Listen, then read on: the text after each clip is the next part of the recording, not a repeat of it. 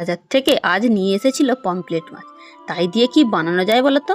যাই বানাই না কেন নুন হলুদ তো লাগাতেই হবে। তাই নুন হলুদের পর্ব সেরে নিলাম।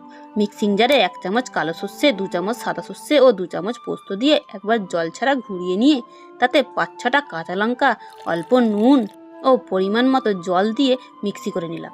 তারপর ফ্রাইং প্যানে সর্ষের তেল গরম বসিয়ে মাছগুলোকে লাল লাল করে ভেজে তুলে নিলাম। তারপর তেল অল্প কমিয়ে নিয়ে কালো জিরে ফোড়ন দিয়ে কেটে রাখা পেঁয়াজগুলো দিয়ে হালকা ভেজে নিয়ে টমেটোগুলো অল্প নরম হলে মিক্সি করা মশলাটা দিয়ে কষাতে থাকবো।